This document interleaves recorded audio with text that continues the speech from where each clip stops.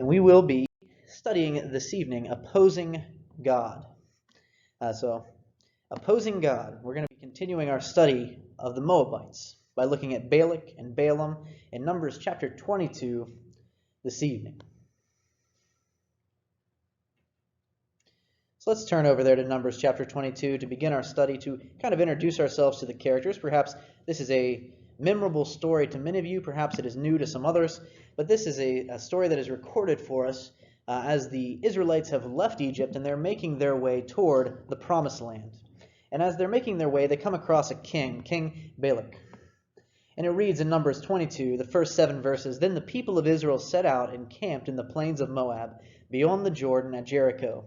And Balak, the son of Zippor, saw all that Israel had done to the Amorites. And Moab was in great dread of the people, because they were many. Moab was overcome with fear of the people of Israel." So you can see they had a pretty good picture of what Israel was. And what is Israel at this point of time? If we think about it, is it not the power of God marching through the wilderness? No one would dare defy Israel at this time. God is with them. They are listening. They are following through, and they are taking down people, just as they would in the near future as they entered Canaan. But they were very feared. Same thing with the Egyptians, right? That's what caused all this problem, the fear in Egypt.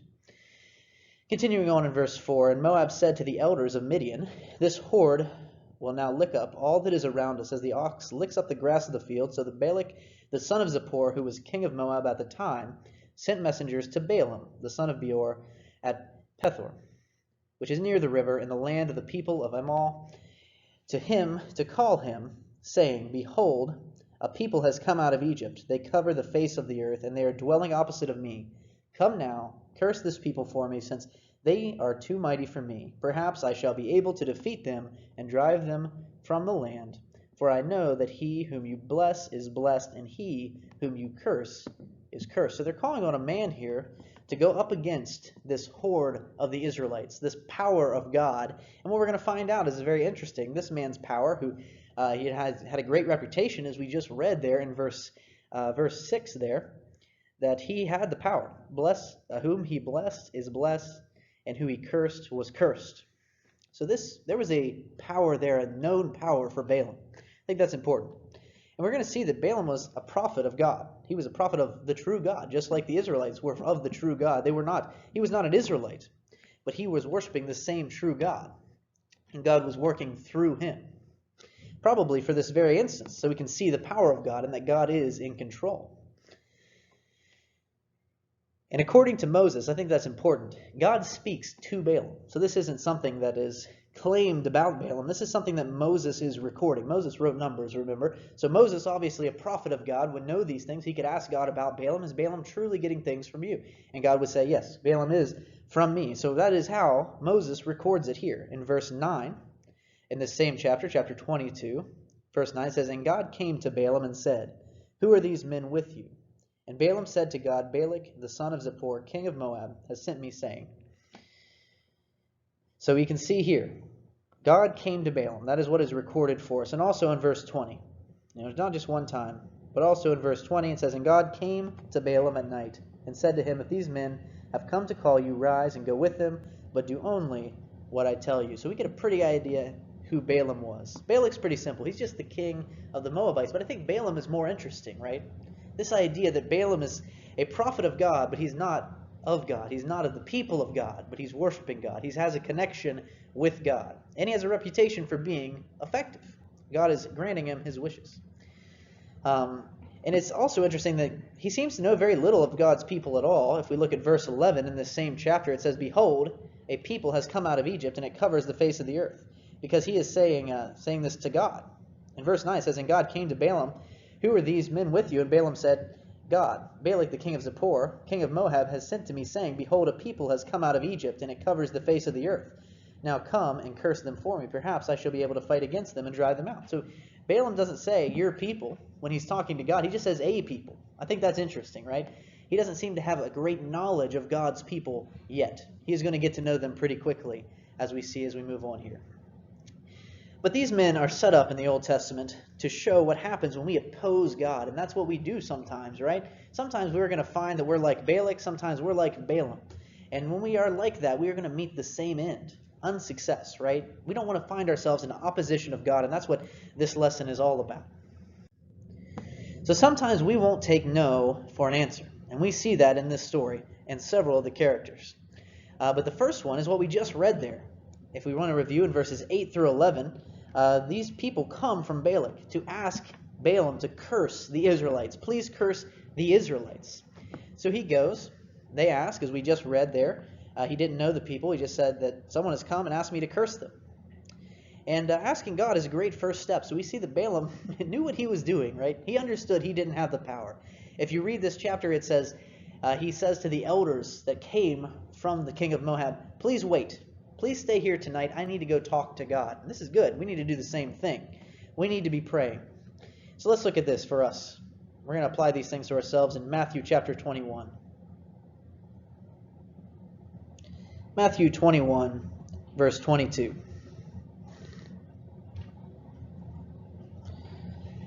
And whatever you ask in prayer, you will receive if you have faith.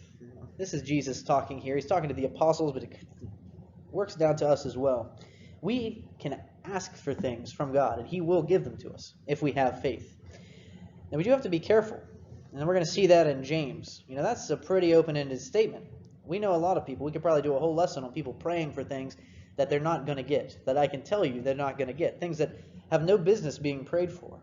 And that is where James 4:3 comes in to qualify this statement. He says, you ask, and you do not receive because you ask wrongly to spend it on your passions.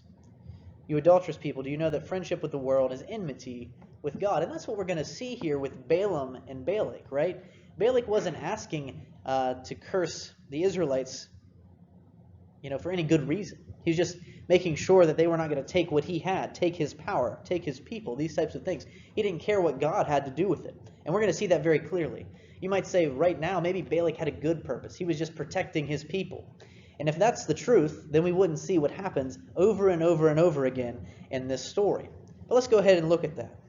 Because God is going to say no.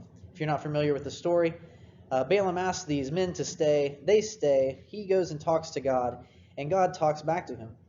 And he replies in Numbers chapter 22, 12 through 14. And God said to Balaam, you shall not go with them. You shall not curse the people, for they are blessed. So Balaam rose in the morning, and he said to the princes of Balak, go to your own land, for the Lord has refused to let me go with you. So the prince of Moab rose and went to Balak and said, Balaam refuses to come with us. What a great story. That's it. We can wrap it up now, right? That should have been the end of it. God said no. He had the advantage of talking directly to God. That would be pretty nifty today, wouldn't it? And God said no. He said, no, I can't even go with you. Just go back, tell him no. That's it. But no, that is not, of course, where the story ends. That is why it's entitled Opposing God. This is just God's will. Now we know it, and we're going to see that it is going to be opposed. But a few things here. Balaam understands that God is in control. That's why he sent these men away, right? He knew that his power flowed from God. When he was cursing these people and they were being cursed, when he was blessing these people, they were being blessed. That's coming from God. He understood that based on his actions here. But Balak is not going to accept that. We can see that in verse 15. It says, once again, Balak sent princes, more in number and more honorable than these. Okay, so he's trying again. He's going to do exactly the same thing, ask exactly the same request, hoping that things will change. And here's where it gets interesting. So far I feel like Balak's the one in the wrong, right? Balaam did everything right. He asked God. That's good. We should be doing that, right? And then he got the answer. And he accepted it. He said, no, I can't go with you. No matter what it was going to get me, it was going to get him great riches, great fame, these types of things. He said, I can't do it. Please go away. But now Balak's in the wrong. He sends another group, and now Balaam is in the wrong. Why? Because he goes to reconfirm. I'm going to go talk to God one more time, just to make sure I heard him right. Even though we just read, it was pretty clear what he said. So we see this again in verse 18. But Balaam answered and said to the servants of Balak, though Balak were to give me his house full of silver and gold, I could not go beyond the command of the Lord my God to do less or more. So you too, so that's good. That verse 18 is good. That's what we should be saying, right? But then we have verse 19. So you too, please stay here tonight, that I may know what more the Lord will say to me. Why does he need to ask the Lord again? He just told them what the Lord said, right? To the point that if Balak gave me everything he had, I can't change it. But I'll ask again. God does not change his intent, but he allows him to go because of this test. But the question is, why are we putting God to the test? We can see that's not something Balaam should have been doing. We see that in the Old Testament here, Deuteronomy 6:16, and we can see it throughout the stories, but here it's directly written for us. You shall not put your Lord, your God, to the test, as you tested him at Massah. Just one example of when the Israelites checked in to see if God was paying attention. And he always was. And we're going to get to one of those at the end of this study as well. God does not need to be tested. You can trust what he says. We can see the problem here is that Balaam, even though he was a servant of God, it was a lot like we talked about this morning. He was conforming to the things. He understood the power came from God. He was going to do the things right up to a point, but his heart wasn't in the right place. And we get to see this throughout the story, and especially the ending. But also we get some semblance of it here in Numbers 22:22. And here it says, but God's anger was kindled because he went. And the angel of the Lord took his stand in the way of his adversary. Now he was riding on a donkey, and his 2 servants were with him. So we can see what's going on here is that God was angry. Even though God said, you can go if you want. Basically what he said, but I'm not going to change my mind. And Balaam said, okay, I'll go and see what goes. See what I can get. See if I do get some riches anyway. Maybe you'll change your mind once I get there. I'm going to test God. Balaam is determined to be in control, and we can see this from the way he treats the donkey. So if you're familiar with this story, you understand that this donkey can see this angel, or at least sense the angel in the path. It's not explicitly clear, though, but it knows that there is danger ahead because of what Balaam has done, and he refuses to go forward. And Balaam treats the donkey poorly. So let's continue on reading here in Numbers 22, looking at 27 through 31. It says here, when the donkey saw the angel of the Lord, she lay down under Balaam. And Balaam's anger was kindled, and he struck the donkey with his staff. Then the Lord opened the mouth of the donkey. And she said to Balaam, what have I done to you that you have struck me these 3 times? Now, for sake of time, I skipped several of these strikes, but this is the 3rd time he's hit her because she stopped and wouldn't go forward.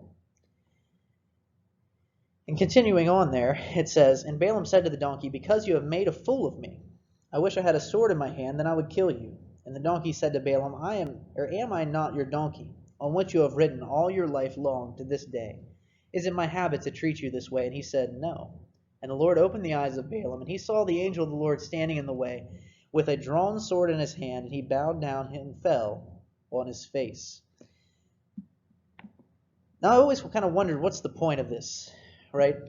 What is the point of the donkey talking? That's a pretty interesting story to include in the Bible. Why did God choose? He could have chosen a multitude of ways, but what was he getting across with this idea of the donkey talking? And I found a pretty interesting thought on that from a commentary, and it was talking about the Lord has full control of the mouth. It's interesting. That's the whole story here, right?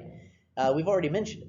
Balaam could only say what God told him to say. In fact, Balaam is going to say that explicitly, as we're going to look at here in a second. But God controls the mouth. So why are we sitting amazed that he can make a donkey talk whenever he's making Balaam talk, right? He's telling Balaam what to say. Surely if God made everything, he can make a donkey talk. And that's the point. He's trying to get this across to Balaam.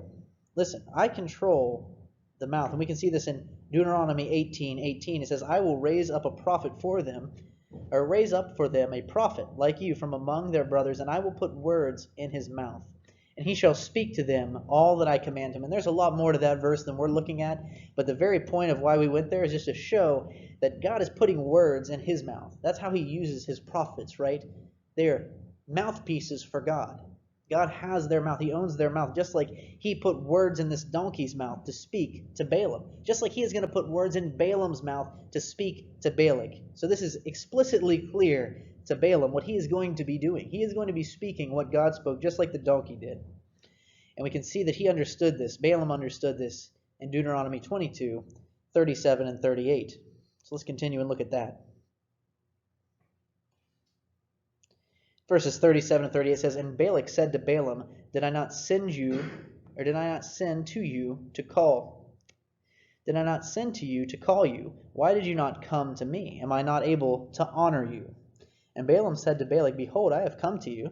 Have I now any power of my own to speak anything?" That is what he's saying. I don't have this power. God has the power.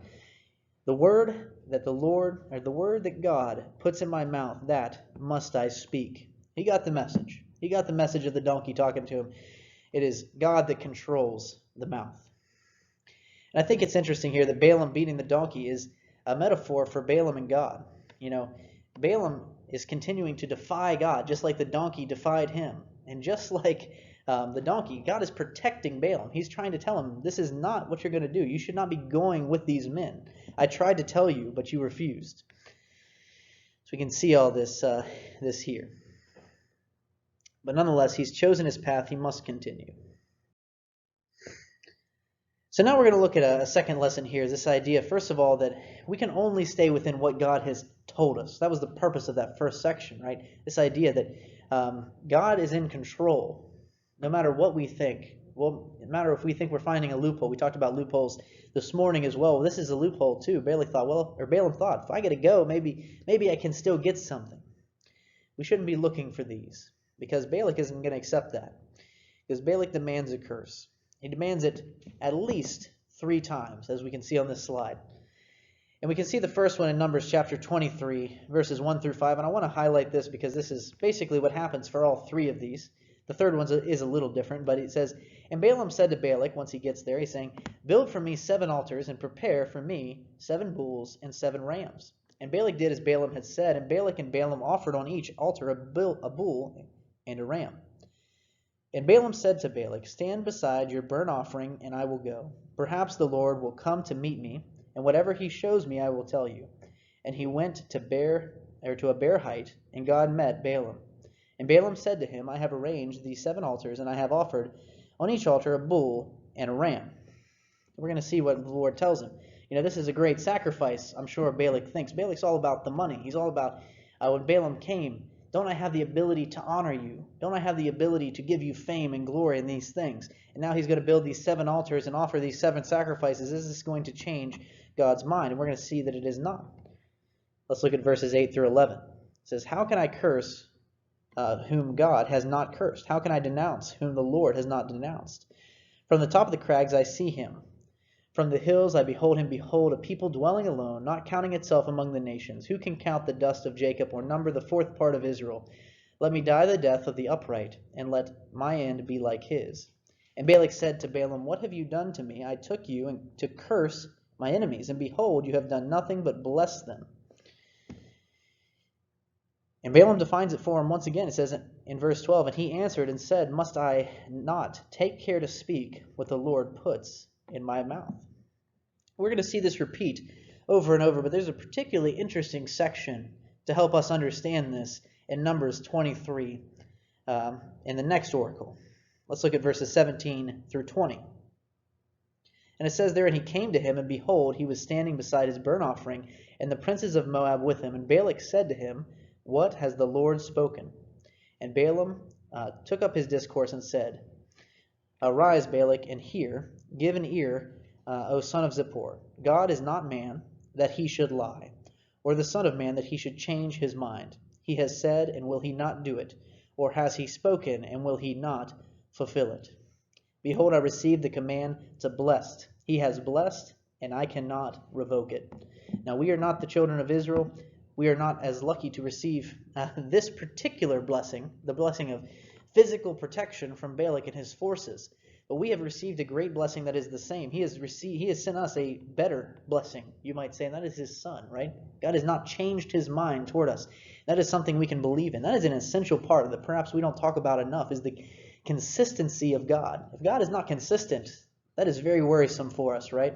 But he is. He keeps his promises. That's what he's saying right here through Balaam to Balak. So I'm not going to change my mind. I have set what is going to happen. I have determined the best path forward, and I am going to complete it. That is what God has done for us as well. But people today think they can just push and push and push, and God will change. And some churches may even change, right? They may change their doctrine and change their thoughts and change what they preach from the pulpit even. But none of this is going to matter. That's one thing we can give to Balaam's credit. He never lied to Balak, right? He never came up and said, I blessed them, can I have my stuff? Or I cursed them, can I have my stuff now? I'll just head home. He didn't lie to him. He said exactly what the truth was. And today we see this more and more, that people think if they just push and push and push their agenda, then we'll just change God. But God does not change. He is going to be consistent and remain the same forever. And just like them, Balak begins to bargain, but he doesn't give up. And we see this in Numbers 23, 25 through 27. So a few verses down there, it reads, And Balak said to Balaam, Do not curse them at all, and do not bless them at all. But Balaam answered Balak, Did I not tell you all the Lord says that I must do? And Balak said to Balaam, Come now, I will take you to another place. Perhaps it will please God that you may curse them there for me. So Balak is not giving up, but Balaam is staying consistent in this idea that we can't even bargain with God. There's no bargaining. That's an important thing as well. People go into this as well. They think, well, maybe I can take a little bit here if I give up a little bit on my thoughts. We'll come to a compromise with God, and God does not compromise. He is justice. He sets the laws, and we need to conform to those. And then, of course, Balak's third oracle, just for consistency, shows the same result. We see this in Numbers 24, 10 through 14. And Balak's anger was kindled against Balaam, and he struck his hands together. And Balak said to Balaam, I called you to curse my enemies, and behold, you have blessed them these 3 times. Therefore now flee to your own place. I said, I will certainly honor you, but the Lord has held you back from your honor. And Balaam said to Balak, Did I not tell your messengers whom you sent to me, if Balak should give me his whole house full of silver and gold, I would not be able to go beyond the word of the Lord, to do either good or bad of my own will. What the Lord speaks, that will I speak. So persistence in the wrong direction is never going to work. That is what I want to point out tonight. And we need to consider, if we're constantly running into a wall, we need to make sure we're not doing something wrong ourselves. Maybe we're the ones who need to change. Balak needed to look at this, right? Balak's the one who needed to change, and he was persistent. I mean, he continues on and on, even berating Balaam. You might say that this is the 5th time he's asked him for this. He sent 2 sets of messengers. Balaam told him both times, I can't do it. Then he offered sacrifices 3 times. And again, Balaam says, I can't do it. God does not change. But yet, many are persistent even today. But Balaam's heart caught up to him again, even though he did what was right. And so far, Balaam's been a pretty good character through this whole story. We see that Balak did eventually get his wish, and he went to the source. And we've read this 3 weeks in a row now, Numbers 25, 1 through 9. But now we see the background, what Balak was so concerned about. It says, While Israel lived in Shittim, the people began to whore with the daughters of Moab, and these invited the people to sacrifice to the sacrifices of their gods, and the people ate and bowed down to their gods. So Israel yoked himself to Baal of Peor, and the anger of the Lord was kindled against Israel. We can see there was a great plague. If we go down here to verse 8, it says, Thus the plague on the people of Israel was stopped, and nevertheless those who died by the plague were 24,000. So he finally did beat them, not through the curse of Balaam, but by getting them to go away from God, unlike Balaam, right? But this wasn't Balak's idea, as we're going to see. And Balaam was not protected in the end, even though it appears that he did the right thing. So the first inclination of this is that Balaam told Balak how to win. It's right down here, actually, in chapter 25, I believe. I have chapter 21 there, but I'm pretty sure it's in 25 here. Actually, I think it's 31. Let's go to Numbers 31. That's what it is.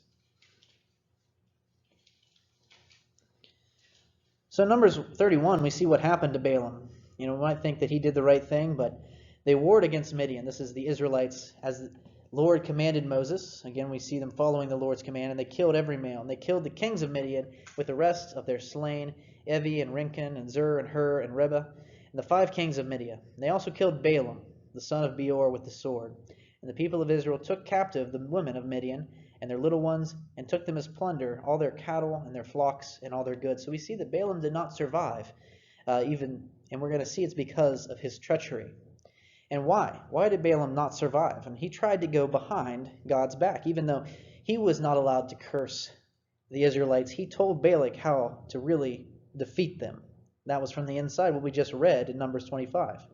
So if we go down here to verse 15, it says, Moses said to them, we just read that they kept the women and children alive, and said, have you let the women live? And he said, behold, these, on Balaam's advice, caused the people of Israel to act treacherously against the Lord in the incident of Peor. And so the plague came among the congregation of the Lord. So we see as Balaam rides into the sunset, as he goes back to his place, he whispers to Balak and says, listen, if you want to defeat the children of Israel, you need to get them to turn away from their God. And this is exactly what the world is going to be doing to us as well. Once they see that they cannot reason with us, they cannot change us, that we're not changing our beliefs and systems, they begin to bargain. We're not going to bargain with us. They're going to get us to try to abandon God altogether.